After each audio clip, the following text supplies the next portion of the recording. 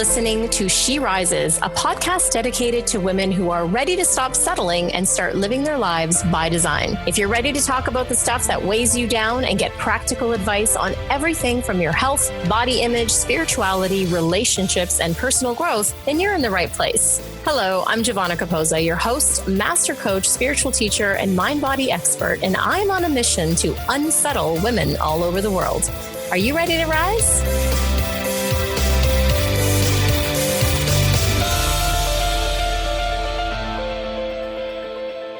Hey everyone, welcome back to She Rises. We have another amazing guest today with a topic that, again, is one of my favorites, and that's relationships. Ladies, I am really, really excited for today's guest. I have been affectionately cyber stalking him for many years now. And we've been Facebook friends for a while, and we've, spoken back and forth in chats. And I was so excited when he agreed to bring his wisdom and his light and his knowledge to the show today for you and for me. This topic, like I said, is near and dear to my heart, and I think it's so important to explore the nuances of it. So again, I'm so excited to have him on this show. Bernardo Mendez is a relationship and dating expert with over 21 years of experience. He's been mentored by Anthony Robbins and certified as a strategic intervention life coach. Bernardo helps women overcome emotional challenges and find commitment-minded men in record time. His work has been featured on Redbook, CNN Money, NBC, CBS, Huffington Post, Yahoo, Shine, Body Green, and Blogtalk radios, just to name a few. He is a regular relationship advice contributor to Univision TV's morning show, Despierta Austin, and over 7 million views of his work and 54,000 subscribers are present on his YouTube channel, which now reaches over 300,000 women each month. He is also the founder and host of Your Great Life TV, which is excellent. Go ahead and check that out once you're done the interview. I'm so pleased to have him on the show. Again, honored that he is here with us today. We're going to dive into lots of different topics, from masculine and feminine polarity to, why it is that you're maybe not finding the man that you want to find, and all sorts of other sort of conundrums and challenges that we as women confront or face in our search for finding fulfilling love, whether it's in a relationship that we already have or fulfillment with a new relationship. So again, I'm so excited to have him here. Hey, listen, drop by SheRisesPodcast.com after the show, where you'll be able to leave comments and ask questions of Bernardo once the show is up. Thanks so much for being here, and I can't wait to dive in. Hello, Bernardo. Or do you prefer Bern? I know your friends call you Bern. Either way is fine. I think most people cannot pronounce Bernardo, so that's why I say Bern, but it's whatever you want to say, I'm cool with. I love it. Well, I love Bernardo. Am I saying it right? I think I'm saying it right. You're saying it's the same in Italian as it is in Spanish, so yes. I have a bonus because I can speak both. That's awesome. Well, welcome to the show. I am so excited to have you here. Thank you so much, man. I appreciate you inviting me. I love how you show up in the world and the times we've connected on Facebook. I think you are someone with a lot of light and a lot of energy and powerful teachings to share. So I'm grateful to be here. Oh, what an honor. Thank you so much for that beautiful compliment. That means a lot. It definitely means a lot coming from you. Well, as I said in my intro, and I'm going to say it again to the audience, I think the topic of relationships is one of my favorite topics. When I first started coaching, I was strictly relationship coaching because I was so fascinated by the topic, and I've read and absorbed so much about it. And I still do that, a little bit, not a little bit. I should say a lot of it. My little nephew used to say a lot of it. I do quite a bit of it because it's so integral to who we are and how we show up in the rest of our lives, is what's going on with our relationships. Do you find that true for the women that you work with? Yes, I think one of the reasons why I decided to step into this relationship coaching area is because I saw that this was one area in human beings' lives, in women's lives and men's lives, where if it's lacking or missing, or if you're in pain in this area, then every single area of your life gets affected by it. So I think it's true what you're saying. It impacts how you show up, how much excitement you show up with, if you're opening up more or less to the world. Not that you have to have a relationship to open more, but when you do and the conditions are right and it's not a codependent relationship, it's a genuine, conscious relationship, lends itself for a lot of spiritual and emotional growth. Oh my God, I love that you just created that distinction. I love it. So not a codependent relationship, but a genuine sort of conscious relationship. And I almost, okay, I want to put a pin in that because that is like my favorite thing to explore, because what I don't think many people realize out there is that the old paradigm of relationship is not working. I mean, they might be seeing it because they keep like, I call it recycling the same issues, the same men, the same women, the same topic, but they're not really seeing that doesn't work. So I want to put a pin in that because we got to get back to that. But sure. Initially, my curiosity is, how did this begin for you? How did you become, who you are today and how you show up for women in relationship coaching?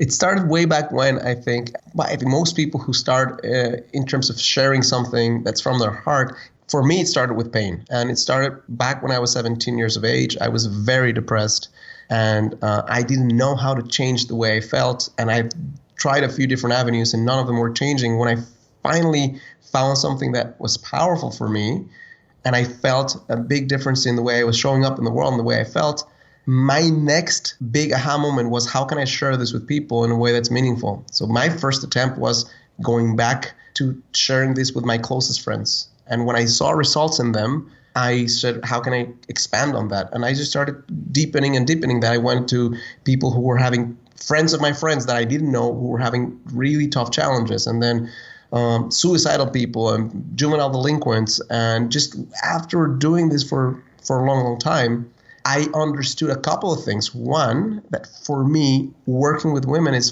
far more exciting and challenging than working with men. And I'm going to ask you more about that after. Sure. And also, I felt that at a certain point, I recognized this is an area that really makes a difference. It's incredibly interesting to me from a personal perspective after going through many years of not loving myself and not knowing how to create a relationship to creating one. And just started helping women in this area. And I just saw how exciting it was to see them fall in love with themselves first. Because I think that's the key to figure out relationships, is figuring out yourself. When that is taking place, then relationships take on a different meaning. So it was a journey for me to back and forth, in and out of, I guess, my path, share what I knew and witness transformations in people that, again, made me even more excited and alive to deepen into helping people in different ways. Beautiful. Yeah, I love that that's how you came to it. You came to it through your own struggle with self-love. And did you find that, or do you find that that's the secret sauce, right? Is like, and it almost sounds like it's become cliche in our society, like, oh, just love yourself, like, and people are like, well, that sounds great. Well, how the heck do I do that? Right.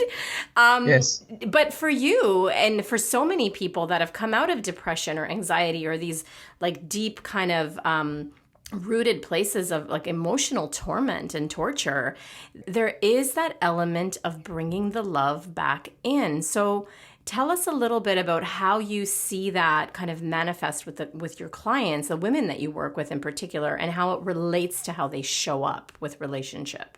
I think because I work mostly with single women, I find that one of the biggest reasons why single women don't find the kind of love that they want, because finding love in some way, even if it's twisted or a guy that's not good for them, is not as challenging as finding true meaningful love. The reason why they're not finding true meaningful love is because they're not feeling their sense of worth as women from their heart. And what I mean by that is they have an intellectual understanding of what they bring to the table. They might be great at what they do at work, but they like that. Some people think it's confidence. I think it's beyond confidence. It's a sense of ownership of their amazing, unique flavor in the world that allows them to not have to just be themselves in a way that's expansive and fun and alive, which is part of self-love. It's not all about self-love. I think there's many different aspects of it, but one aspect of them not getting the kind of quality relationship or attracting the kind of quality man they want is they are doubtful as to what they bring to the table when it really comes down to being just a woman. and I don't say just a woman, I said a woman, not take away the bells and whistles and how you're showing up with that force of nature that you are, and that being enough to show up with magic. Beautifully said. That's so beautiful. One of the biggest like aha moments that I had with regards to relationship was probably after a breakup of a really long-term relationship that I had. Was somebody, I can't remember what teacher it was, I don't recall at the moment, but they actually sort of reversed the list, right? The list is the list that like, women make, like I want him to have this and I want him this, and they make all that list. And they actually had me reverse the list of what am I actually bringing? Yeah. And I was so stuck. I was like, I couldn't think of one thing. I was like, well, I think I'm pretty. I have nice eyes. I was saying all this like superficial garbage, which when I'm 90, you are pretty. Thank you. But it's superficial in the sense that like when you're 90 and you're slapping your gums together, your partner doesn't care if, that's not what they see. And I was so stuck. I could not think of a single thing of what I brought until it started to unravel with me. I kept doing this deeper work, and it was like, oh, like who I show up as a human being, in my essence, in my femininity, the energy that I bring, like that's like value, not, my butt or my whatever, So I love that you brought that up, because we hear this self-love thing and, oh, you should just love yourself. But it's so difficult for, I think, many people, and, especially, because I speak to women, it's so difficult for us to define, like, well, what do you mean by that? And it is what you just said. So how do you, and this is going to be a tough question because I know every individual is different, but how do you kind of get women to sort of see what they're bringing is, so much more than what they look like on the outside, for one, or what their bank account is, or all of that? I think if I could dissect it in some way, it sounds like hocus pocus in some ways. And I don't do it. I'm just trying to define how I do it. It's helping them to raise their vibration to a place where I don't have to tell them and they don't have to take my word for it. They feel it. Oh, I love that. Because I love that. That's awesome. Then there's no need to believe in the stuff that I'm saying. It's a sense of knowing that this ultimately, here's what my truth so far in this lifetime is that there's two levels of worth you can play with. There's a level of worth of what I do in my life and the DNA I was born with, and am I special enough to do things? That's one level of worth. And most human beings will be stuck their entire lives trying to break free from that stuff. There's a higher level of worth that has nothing to do with you, that almost like you're this vessel for this bigger light. And if you focus on that, and if you let that hit you hard, then this little, like the little worth, it has nothing to do with it. Like the big worth takes over. So it's anything that I can bring to the table in terms of experiences, allowing them to get uncomfortable enough to discover their truth, helping them to break free from their sense of this is how far I can go and what I can do to do things that are way more out there in terms of their comfort zone, that bring them back into their bodies where they can say, you know what? Okay, this makes sense. I am now feeling the vibration of my truth that allows me to just bring, just like almost like expand it and share it with others. Because the purpose of anyone's gifts and light is to expand and multiply it by sharing with more people. And I think the more you focus on just like little me and what do I like, once you break free from that and you go from that to how can I serve? And in the specific cases, how can I serve the man that I'm with right now, whether it's a date or my husband, right? To understand that the fundamental thing he's looking for, and I think if women got this, they'd be so much happier. The number one thing he needs and wants is your light.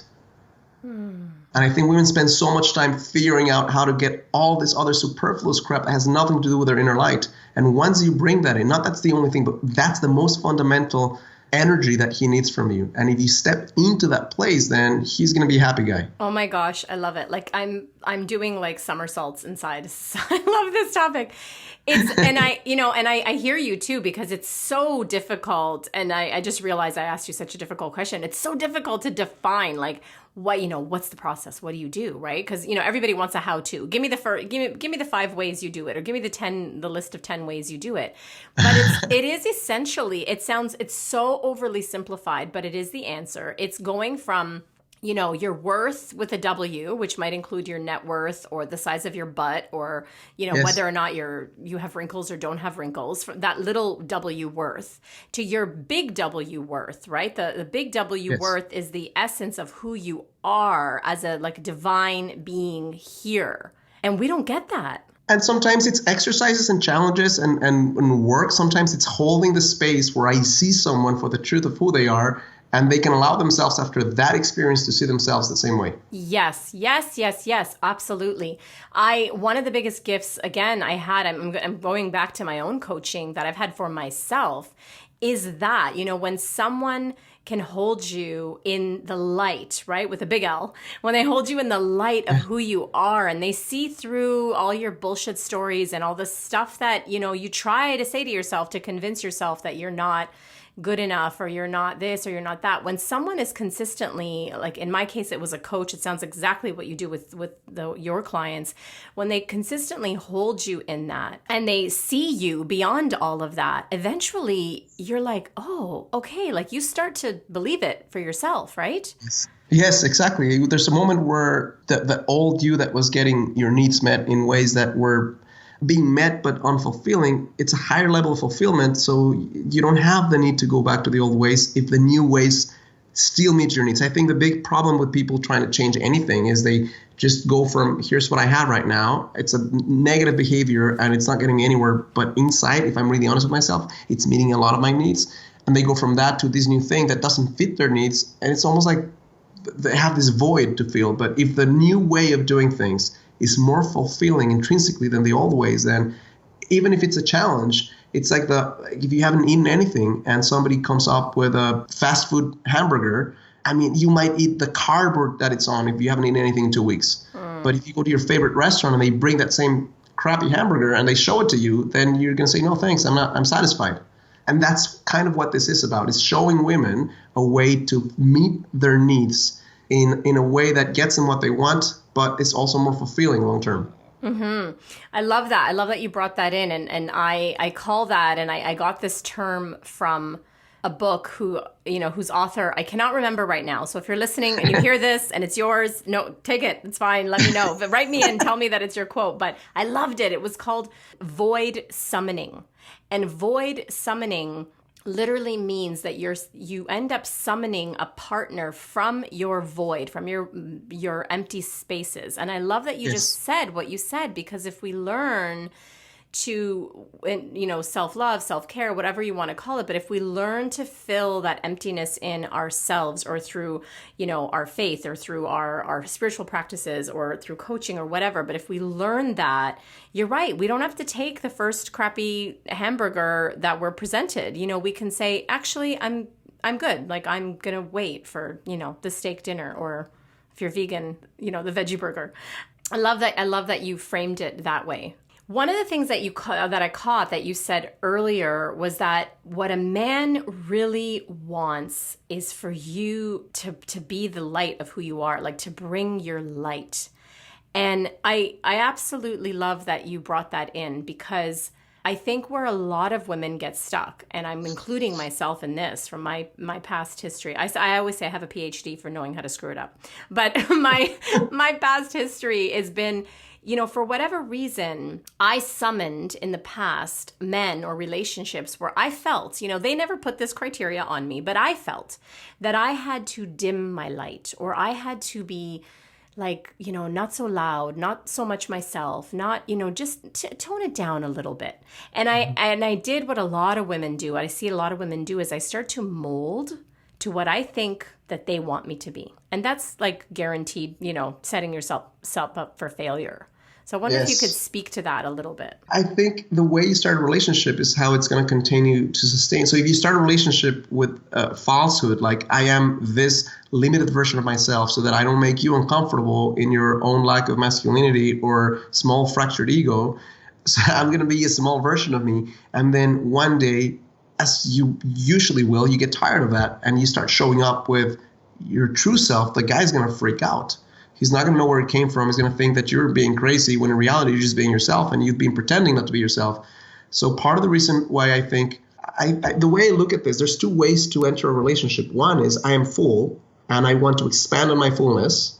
And that's not how most people choose to enter relationships. Most people feel, well, my life is kind of boring. I'm going to bring in this guy who's going to make me a bicycle as a clown and entertain me. And guys do the same thing. It's not exclusive to women. I just happen to work with women. So if you go from a place where my life is kind of boring, it's going to go from a 5 to a 10 through you, then you latch onto that guy as your oxygen. And when he goes away, when he doesn't call you, when he doesn't text, then you feel like you're drowning, and then you become super needy with that dude. And it doesn't work out. So it's kind of what you're saying right now, in the sense that you can, if you show up with some version of you that is just not who you are, and all the time you're subduing and pushing down your emotions and not rocking the boat and not speaking your truth, then first you get bored with a guy, but also you're not allowing that man to step up into his greatness, because you're not giving him a chance to see the real you. Because if the real you, he doesn't want the real you, then there's no need for him in your life. I remind women there's about 3.5 billion men on the planet, and some women get so caught up into that. But you don't understand, Bern. It won't get better than that guy with me. And I say, it will. Trust me. But you have to be willing to let go of that thing that you feel is the best and as good as it gets to get what you really want in this lifetime. And I think I start every conversation with every woman that I ever speak with a few things. But one of the things I say is most women, this same thing is true for men, will not find the love they want in this lifetime. And the reason for that is because they'll be unwilling or unable to get uncomfortable enough in the short term to get what they want long term. So being you, expressing your truth, is part of that getting uncomfortable at the risk of being rejected for something better. Does that make sense? Oh my gosh, so much sense. And I'm like, but there's this thing and there's that thing. Like you said, so much there, like so much juicy stuff. Like the first thing I caught was, if starting a relationship, whether you're a man or a woman, if you started off with a lie, right? And, yes. and this happens so much. And then you hear, oh, you've changed. Well, I didn't change. I just became who I was. Or now I'm the resentful version of who I was because I've been pretending so long.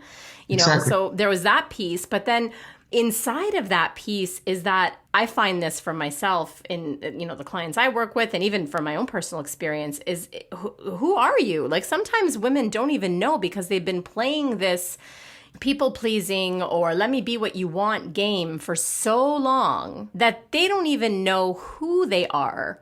So the automatic thing is this, inauthentic, let's say, version of themselves. Do you find that? And I think in all fairness and just being and taking the other side, because the compassionate route would be, that's all they've learned to be that way. They didn't sit consciously one day and say, I want to be a less version of myself. I think if you look at the human being as an organism that's designed by nature and through millions of years to survive versus thrive, then you understand that sometimes what we want to do is not geared towards, I'm going to have an amazing life. It's just, I'm not going to die. Mm-hmm. And that's sometimes emotionally you feel when you're doing certain things like not being yourself. You're preventing yourself from falling off a cliff instead of saying, well, I might fall off a cliff, but then I'll be fully given before I die. I love that you brought that in. Absolutely. Because when I, for myself, when I started realizing how I was showing up, my first thing is I kind of went into judgment, like, I'm, I did that again. And like, and it's all of that. And when I started to understand, like, oh, actually, this is like, a tiny version of myself that's trying to protect myself, then you're right. I could have more compassion. I could understand, like, oh, and, one of the things I say constantly all the time with my clients is that I believe that one of our primary, goals or activities or missions as adults is to learn to reparent ourselves. Because we do have these little girls inside of us that we learn to behave a certain way for survival. Yeah, and this brings up something that we were talking about a little earlier, which is the concept of self-love. And I think based on this theme that we're talking about right now, which is discomfort for the sake of growth versus comfort for the sake of survival, you have a lot of, I think the understanding that's most common in self-love is self-care. And I think that's only one fraction of what self-love is. Self-love is saying no to people. Self-love is saying, or fuck no. That's also self-love. Yeah. Self-love is saying, I'm going to do this thing that feels unloving right now because the thing I really want to do is go out with this guy. I'm going to say no to myself as well right now, which seems like harsh and not loving for the purpose of my soul expanding or getting something better down the road. I think there's a concept in culture that's been almost like removed from our understanding in our brain, which is called sacrifice. Most human beings want the deepest, most passionate relationship without being willing to put in the work or the sacrifice that relationship requires. So in my understanding of self-love, there's a lot of sacrifice in self-love, not for the long term, but for the short term, to be able to have something more in the future. Yes. I mean, it's that same example that you talked about with the hamburger, right? Like the sacrifice would be like, I'm starving right now and there's this crappy hamburger in front of me, but the sacrifice is I'm going to choose to not eat that and wait for like something that's nourishing and healthy. And it does fall in line with that analogy of reparenting ourselves, because with children, like you don't just say yes to everything they want, right? There are times where you have to say no, and it might seem mean to them or to the outside world, but it's from a loving place. So I love that you brought that in. Yeah, sometimes it's in that self-parenting is understanding, it's following intuition, but I think intuition many times gets confused. It's easy to confuse fear for intuition. Like, I'm afraid of doing this thing, therefore my intuition's telling me not to do it. Sometimes it's you just feeling afraid and your intuition's telling, do it, but be prepared, or do it in some other way. So I guess in this whole self-parenting, there's this aspect of learning how to recalibrate your intuition to where you can, sometimes it's a fine line, but know when it's fear versus when it's something you're not meant to be doing, or something that you should be doing, but you're just scared of doing. Right. I love that. And it's such an important piece too, because there is a lot of growth that comes from the discomfort, right? And tell me again the line that you said, Yeah, I mean, I when I connect with women, I tell most women, here's two facts that I know right now after doing this for many years. Number one is most women want on this planet, regardless of color, shape, size, age group, want much more than what they have in terms of love and intimacy. So that's one fact of life these days. And the second fact is most of those women will never find what they want, and they won't find it because they will not be willing to get uncomfortable enough in the short term to get what they want long term. Yeah, uncomfortable in the short term to get what they want long term. And that brings me back to like some of the and I call it little girl behavior, but not from like a pejorative, like, oh, you're bad, but from a place of like, this is like our little girl inside. Sure. Is when I talk about my revelation around, like, you know, I used to make the list, right? Of like, I want him to have this and to be this and to do this. And it was like 5 pages of stuff, right?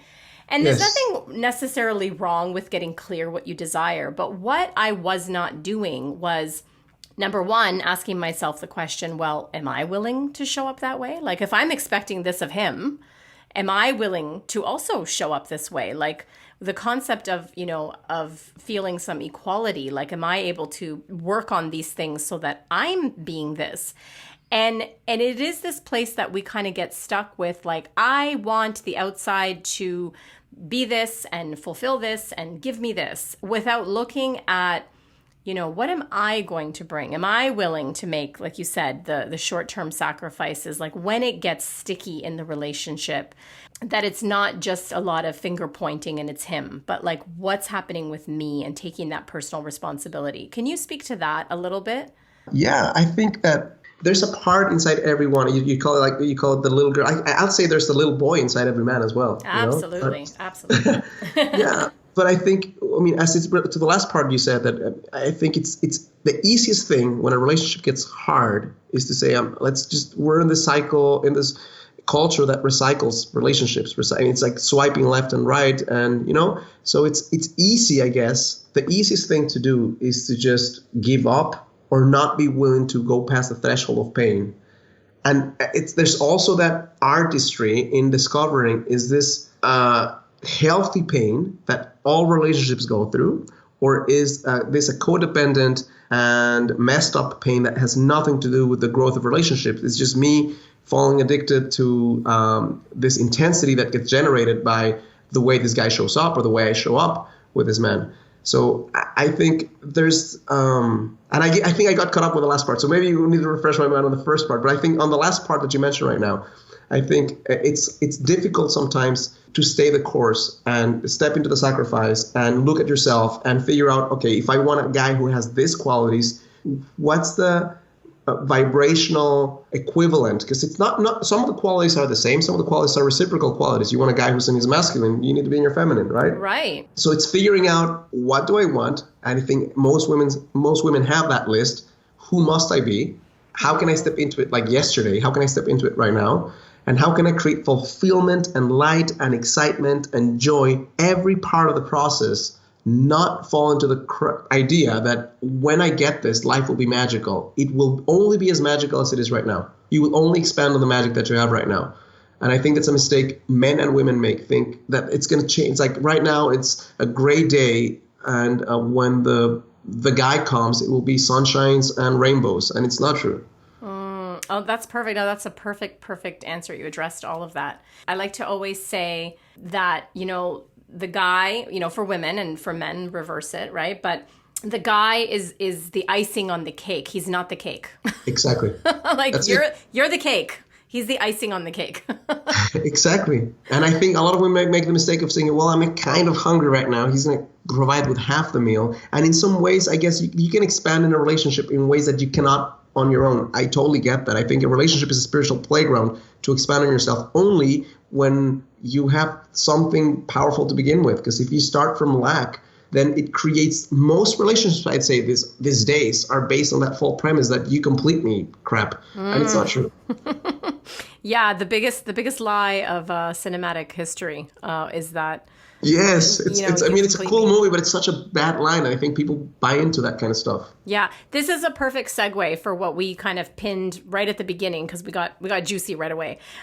Is this like old paradigm of relationship, which I would call like the codependent relationship, to this newer paradigm or new paradigm relationship, which has a quality of interdependentness, but not the same codependentness. So can you speak to that a little bit about a conscious relationship? I think right now, this is the first time in human history for women where you can really have it all. If you really think about it, I think about my mom, and I think about her mom, and I think about her mom, and I go through my entire lineage. And for most women on this earth, they can do the same thing. And this is the first time where you can have a relationship where you don't need the guy to buy stuff for you. You don't need him to socially prove yourself in terms of like, I made it in this world. Not that it doesn't help, but you're not an outcast if you're not married these days. And before that was the case. And for example, I'll be just graphic in my description just for the sake of like showing a real metaphor. My grandma's job, her job description was taking it in the ass, basically. That's her job description, wow. Unfortunately. She had to do what Grandpa wanted. She had to take care of the children. She had to maintain a healthy household. She had no choice. That was her thing. Okay. And I just want to pause for a second, because that sounds like an intense kind of thing to say, like you prefaced it. But that's what it kind of can feel like, right? It's like taking it up the ass kind of thing. It's just like you're a slave, you're a servant, like whatever. Yeah. Yes. Yeah. And I think women have gone from that position not too long ago to now I can have more of what I want. And in this new paradigm of like I have everything I want, I don't need the guy, like I don't need him for anything. So it's how do you reconcile that aspect of I don't need the guy to complete me with there's parts of me that can be significantly enhanced if I open my heart to him and if he shows up in a way where it's also responsible and expanding and powerful. And that's because there's not that many examples of those type of relationships right now. Men are struggling. So it's right now, I think the challenge is how to create a relationship where you're not entering a relationship out of that codependence of I need you, but I want to be with you. And 1 + 1 = 25 versus, like 0.5 + 0.5 = 1. Yeah, I absolutely love that because, and you spoke about it from, let's say as far back as your grandmother in that feeling like the woman is basically there just to serve the man. Yeah. Sometimes genuine in service way, but almost like the way we look at it looking back, it's like there's nothing wrong with being in service of your counterpart so long as it's a choice that you're making. Yes, absolutely. That's what I was getting at. So like when we look at there and you go, for you as far back as your grandmother, like I look at just even the relationship that my parents had and my mother, God bless her, like, we grew up Italian, and my mother was taught like to be in service to the husband and the family, which again, there is nothing wrong with that. Absolutely. But what she was taught, like in her lineage, was to be in service to your family and to the man in lieu of yourself, right? So instead of yourself, so you basically come last. Yes. And then like you said, we've shifted to this other place where we can totally come first and we can take care of all these things. And we don't necessarily, I don't need a man for that. And I remember speaking to someone not too long ago, actually, and she was having this revelation of like, wow, like I'm doing well financially, I'm feeling good, and I have like, I don't really need a man. And I remember she stopped and said, well, this is interesting, like, but I still want to be in a relationship. And it was like this mental kind of like, she couldn't, like exactly what you said, she couldn't like figure out in her own mind, but wait, I don't need, but I still would like or desire. And she didn't know what the middle was, because we've almost been taught that you're in relationship because of need, right? She couldn't get it. Like, what? It's like beautiful, I guess, problem that humanity is faced with this, especially for women right now, is how can you be that CEO and also open your heart in a vulnerable way that's not taking charge, basically, in the bedroom? Because most women, if they really are honest with themselves, they prefer to not have to take charge all the time. Mm-hmm. And sometimes it's that thought of, well, if I do this, then what does that mean? Am I subservient to you? Like, it's all these thoughts and all. It's just a new paradigm that women are stepping into, and navigating that process where you can have both. You can have the cash that you want and your Ferrari, if that's what you choose to buy for yourself, but at the same time, opening your heart and not having to lead every aspect of the relationship. I think that there's a lot of power in that new way of doing things. Absolutely. I love this. So this is kind of getting us into the topic of polarity, right? And the masculine and feminine energy. And for those of you listening, this has nothing to do with sexual orientation or gender. It's an energy, like a feminine energy versus a masculine energy. It's like the yin and yang that you see in Chinese medicine. And that question of polarity, and you're right, like women have been gifted the ability to now do whatever they want and handle it all and be the leader and be in leadership positions. And there's also a part of us that like deeply craves not having to do it all. It's exhausting for the feminine energy to constantly be in the masculine do, go, ambition, get, achieve, and so when I first read the work of David Deida, who, for those of you that are listening that aren't familiar, Google him, he's amazing.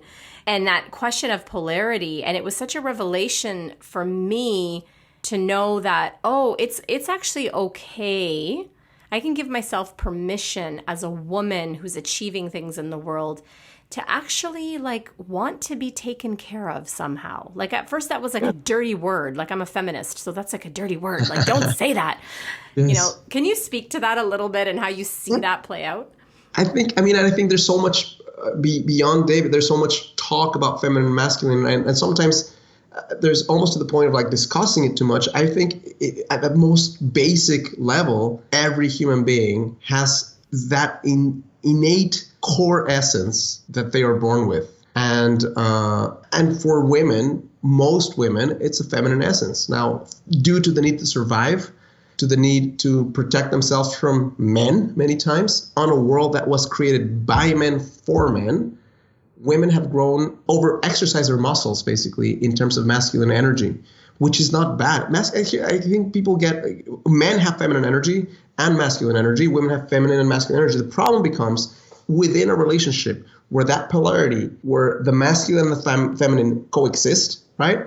If you're mostly in your masculine, you're going to attract a man who is mostly his feminine. And for most women, that is not a fun proposition. It feels kind of fun the first couple of weeks, but then that's a guy that they feel no respect over, and they constantly have to mother. And it's just, there's not much attraction after a while. Or sometimes women are not in their masculine, they're just more neutral in their energy. They have learned that if they express themselves in open, expansive ways, they're either less valuable, or if it's sexually speaking that we're talking about, they're a horse. That's what they've learned culturally speaking, And so it's getting to a place where you can embrace the truth of who you are. You were saying it's kind of okay to need someone. It's not just okay. It's real. It's the truth. If most women ask themselves, do I prefer right now in this moment, in the middle of something, to hold someone or have someone hold me and create space for me? I mean, the nurturing part of them wants to hold someone. The feminine side of them wants to be held. Yeah, absolutely. And it's allowing yourself the space to know that you are stronger, not weaker, if you recognize that in yourself, because that means that you don't have to prove to the world that you're so strong all the time. You can let go and still be strong. Yes, absolutely. Yes. And that again, like I made a joke about like my feminist self was like, oh, I can't believe I'm admitting that I want that.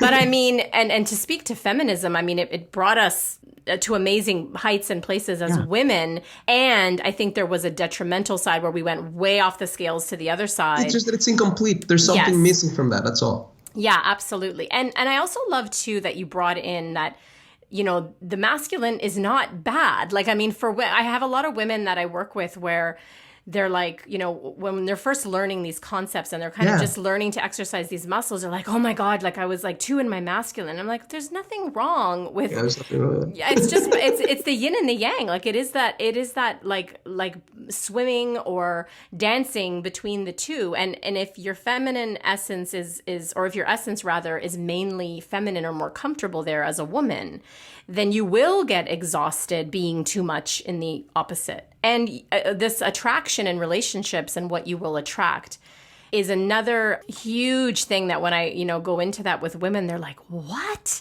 And I remember for me, when I realized that I was attracting a lot of men who were mainly in their feminine energy. And, I used to describe them as emotionally unavailable or like they weren't grown up men kind of thing. But they needed your reinforcement to act like own it, right? They needed your push. Absolutely. Yeah. But again, going back to that little girl, I realized when I did this, I stopped.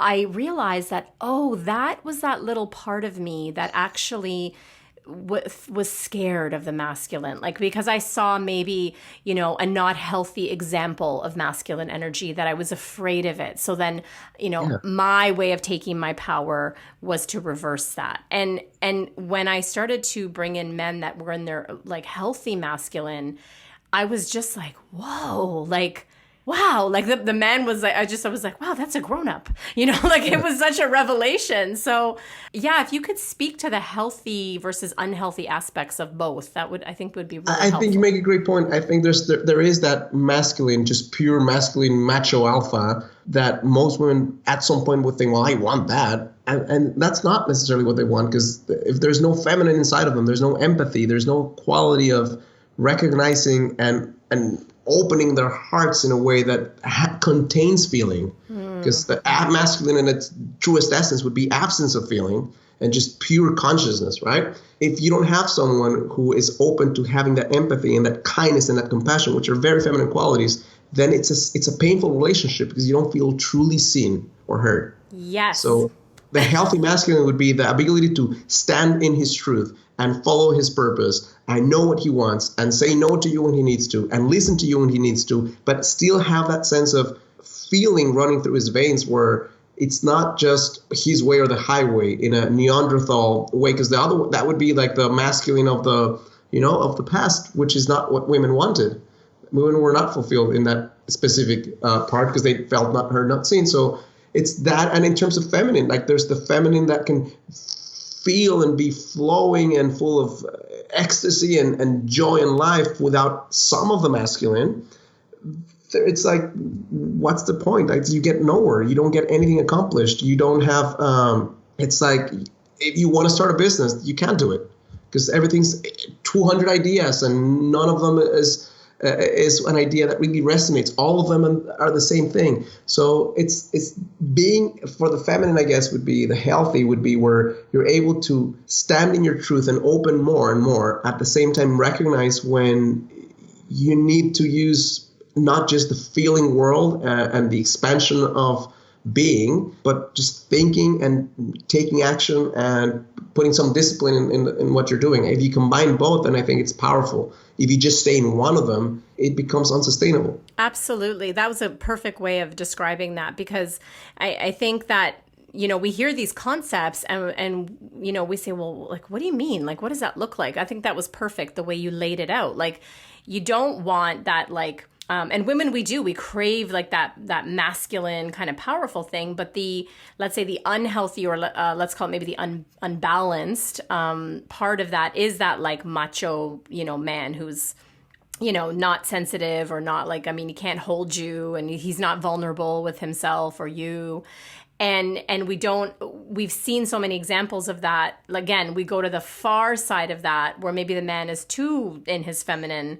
And I love the way you described it, because it gives us a real example of like, oh, okay, this is kind of what to look for. I think for me, you know, when I brought up the work of David Deida before, I think that's what it did for me, is it helped me. It kind of like, without going into the depths of it, it just gave me a roadmap of like, oh, this is what to look for.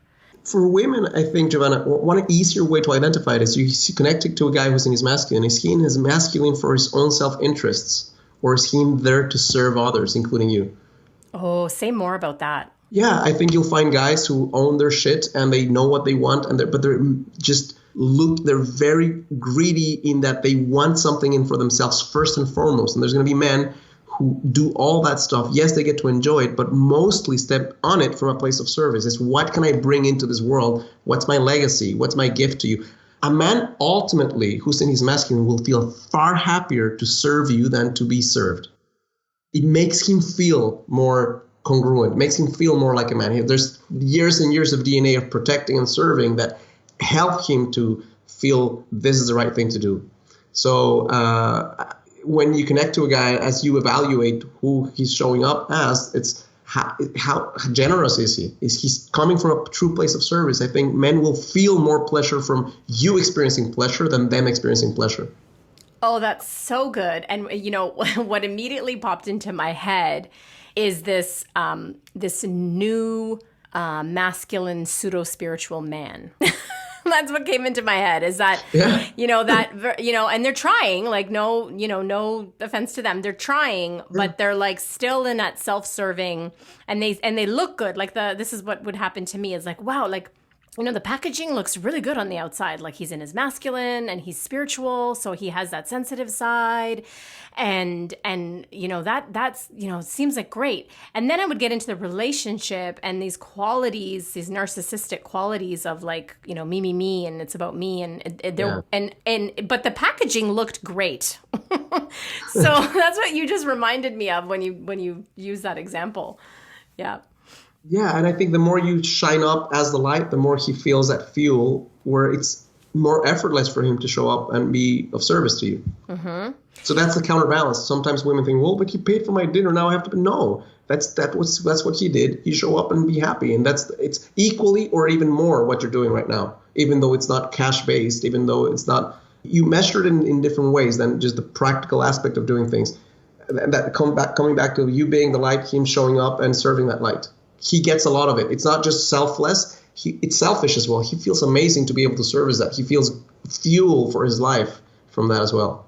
That's a beautiful example. And another thing I hear a lot from women is that, like, the tit for tat, like you said, you know, not necessarily, it doesn't have to be an exact exchange, right? Like, oh, he paid for dinner, I have to pay for dinner. Or like, he has this much in his bank account, I have to have this much. Or can you talk a little bit to that, like what you see with women in terms of like how they measure, you know, what the, let's say, give back is?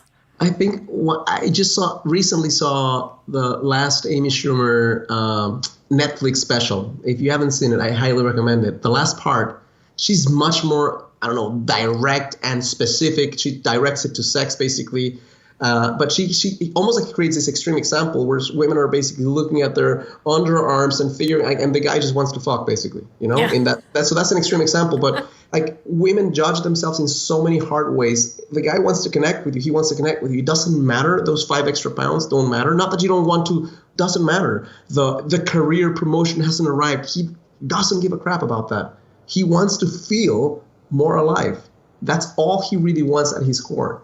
So it's important for you to work on your things so much as you don't lose track of what's really meaningful in a relationship. I think women are way harder on themselves than men are on themselves, for sure. You'll see, because if you've ever been online dating, you'll recognize a guy that you think, oh my God, how do you have the cojones to reach out to me looking the way you do, right?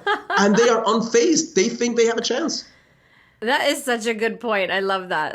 So I think if women acted more that way, where they are just like, they don't care so much about like what's going on in terms of, I don't have it. They focus on their strengths and they go on those strengths, then they can get far more progress in a relationship, connect with guys who are higher quality. Sometimes women don't open up because they almost like look up to certain guys, and there's nothing that you have to fear. There's the force of creation inside yourself is more powerful than anything he could ever create in his lifetime. If you focus on that, then you're done. I mean, you're safe.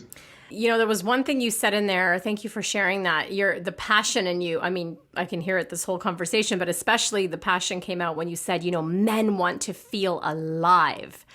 Yes. And how is our being in the relationship going to contribute or take away from men feeling alive? I think if you show up in a relationship where you are focusing on how you can grow your life, what are the things that make you excited? What are the things that make you feel beautiful? What are the things that make you feel joy and gratitude? And that's the core of your life. And then you just show up and share some of that. That's what it takes for the guy to feel the light. You're not having to work hard at it. It's not like you have to turn on a switch when you're with him. It's an extension of who you are. So when you show up that way in a relationship, that's being the light, then he gets a chance to feel things that he cannot feel on his own. I love that. So, I mean, ladies that are listening, I'm getting so much for myself even from this. Like, it really is about finding your light. Like you called it, raising your vibration. And that's my terminology too. And really finding your light and feeling like comfortable and strong and powerful and juicy in that. And that's the truth of who you are, whether you're in relationship or out of relationship. And I love your last example. It's just like, again, it goes back to like, you're the cake, right? Like you create that yourself and you bring that in without compromising, without diminishing yourself, without thinking, oh, I have to, play smaller. Because, my experience has been that when I've done that, with relationship, when I've diminished or molded or tried to be what they wanted or, dimmed my light, two things. One, the relationship never lasts. I mean, because eventually either he gets fed up with that or you get resentful of it and it blows up anyway. And two, you end up, attracting a man who, there is a lot of that self-serving, but, it's like that old saying, like, you teach people how to treat you. Yeah. So I love how all this, beautiful conversation goes back to the light of who you are. It's like your divine inheritance here on earth is that light. Yeah, I'm jumping up and down. This is awesome.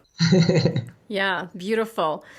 So lastly, as we're starting to wrap up, we still have more time, but is there any, and this is, it's tough. I hesitate to even ask the question because I know that this is an experiential movement thing, but are there any, practical tips or resources or reference that you can share with the audience that will help them start to see their light or make these small changes? Yeah, I'd say two things. The first thing would be honest with yourself in terms of exactly where you are. I think one of the challenges I've seen in terms of women not getting this type of relationship or this type of support or this type of change is they make whatever they are, wherever they are in their lives, better than it really is. And when you do that, there is no hunger to change it. Why would you get really uncomfortable to change something that's already kind of cool right now? So be honest with yourself. Can you give an example of that?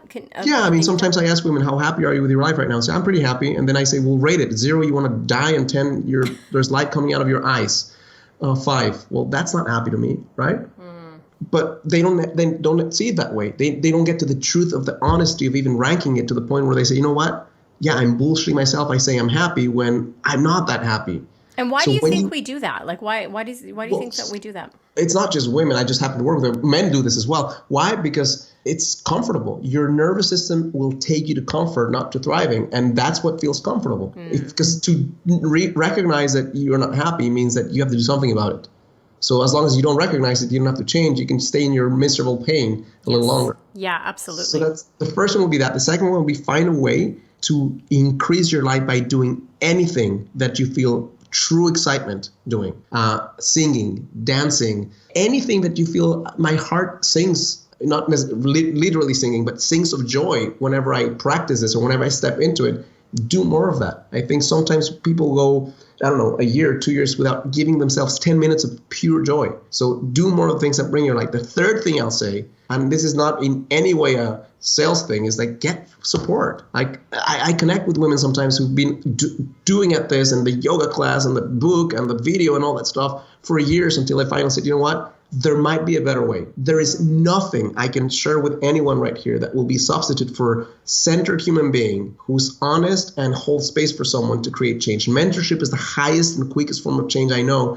So whoever that person might be for whatever area you want to change your life, whether it's love or anything else, find someone who's walked the path and helped others change there, to not have to start from scratch rediscovering fire, because it's like the main drawback is time. It could take you 1 year or 10 years. I mean, why take the 10-year route? Absolutely. I concur with all of that. The number one thing that I love that point you said about happiness and how we kind of delude ourselves, because you're right. Like if I actually acknowledge like, oh, I'm not happy, at home every day, watching the paint dry. Like or my relationship sucks. That's another, my relationship is kind of okay. No, it's not okay. It's horrible. That's right. If it's a 5 out of 10, it sucks. Yeah. And it's that, it's that realization and that like admission of, this could be better. And it might get uncomfortable and I'm going to be okay with doing that. So I love that. And then that piece around desire and pleasure. I mean, I think you said right, like men do this, women do this. Like we get stuck in this like rat race. Lily Tomlin had the phrase, like the trouble with the rat race is that, no matter how well you're doing, you're still a rat, So, we have this thing where we're like that seems superfluous. Like, oh no, I don't have time for that.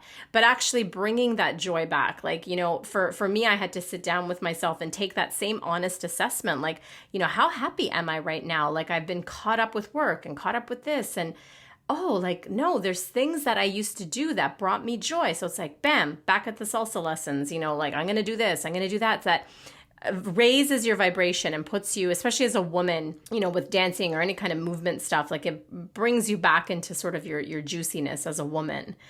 And yeah, super important. And that third point that you said that it just slipped my mind. Oh my God, it just went out the window. I had another piece there.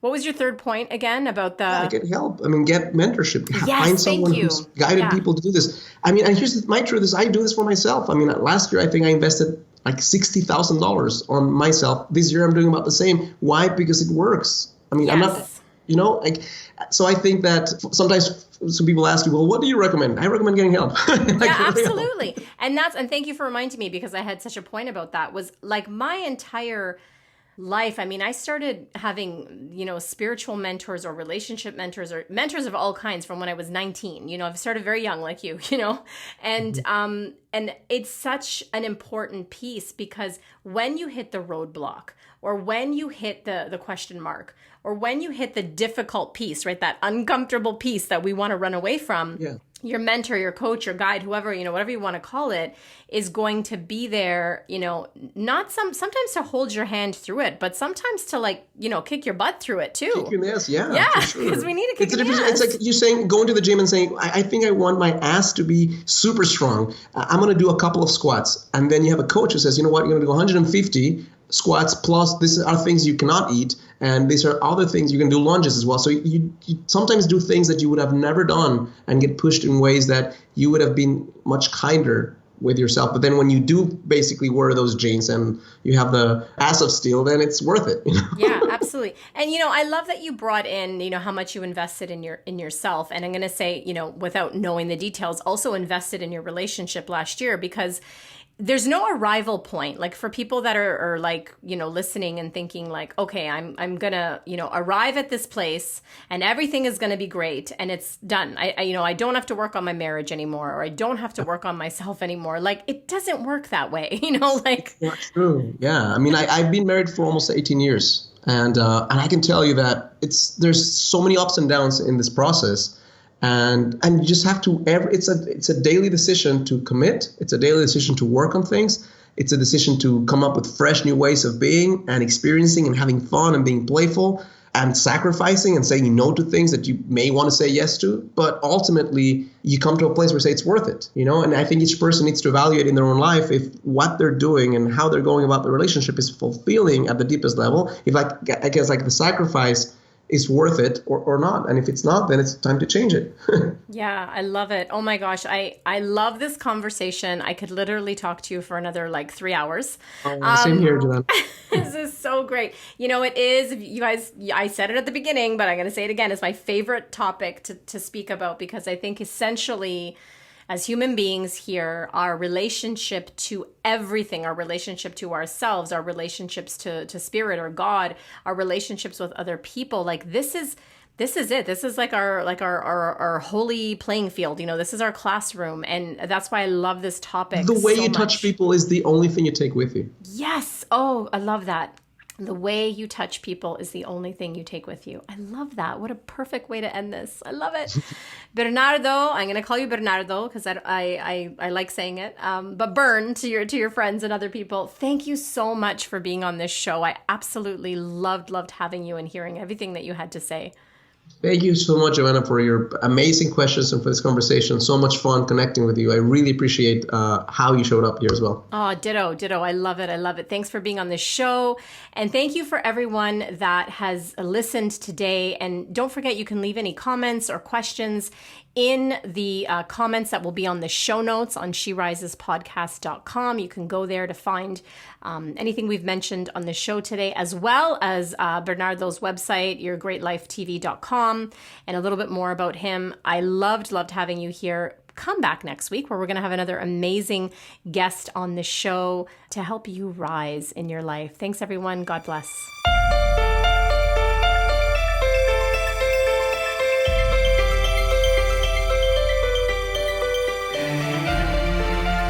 Thank you so much for tuning in, and keep rising, everyone. For books and resources related to today's episode, make sure you head over to sherisespodcast.com, and I'll see you there. If you've enjoyed today's episode, make sure you tune back in next week when I dive into more juicy topics to help make your life the best it can be. And hey, if you've enjoyed listening to the show and you love it, head on over to iTunes and leave me a rate and review and subscribe there to the show.